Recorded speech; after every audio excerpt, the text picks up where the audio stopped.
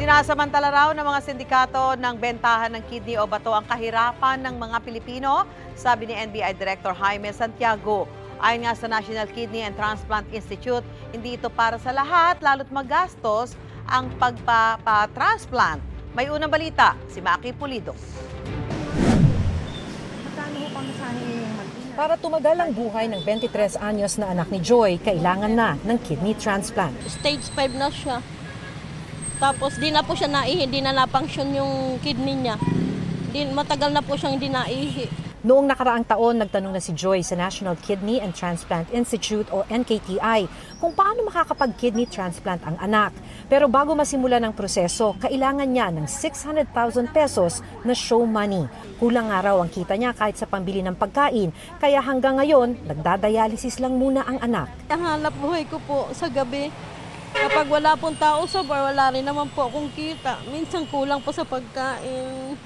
Umuo pa po kami ng bahay. Ngayon po ang kuryente ko, hindi ko po muna babayaran. Ang PhilHealth po ng anak ko, hindi ko mahulugan. Yung PhilHealth ko, tinigil ko na. Kasi kakapusan. Aminado ang NKTI, kailangan talagang may pera ang sasailalim sa transplant. Nasa 1.2 million pesos ang kidney transplant sa NKTI, pero maaaring sagutin ng PhilHealth ang kalahati nito.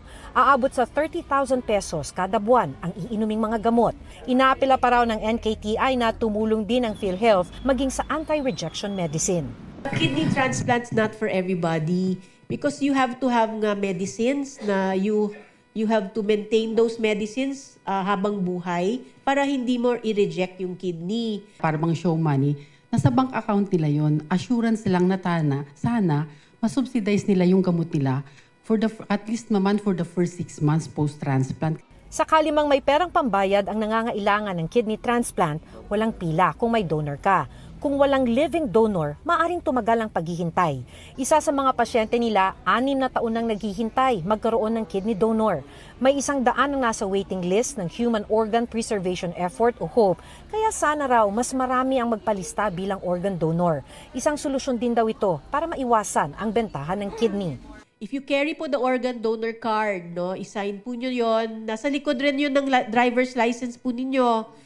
That in case anything happens to you and you're brain dead but your organs are still functioning, i-donate na po natin ang lahat ng organs po natin para those po with kidney failure, lung failure, heart failure, liver failure, they can have a new life. Sa gitna ng balitang bentahan ng kidney, giit ng NKTI, strikto ang kanilang proseso at sana raw ganun din sa ibang ospital.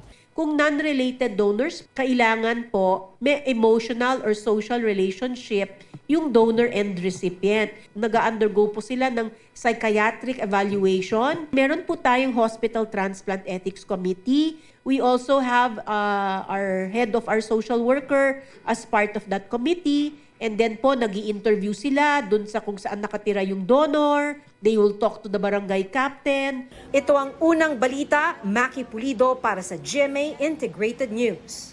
Mga kapuso, para una ka sa mga balita, mag-subscribe sa GMA Integrated News sa YouTube. Sa mga kapuso abroad, subaybayan niyo po kami sa GMA Pinoy TV at sa www.gmanews.tv.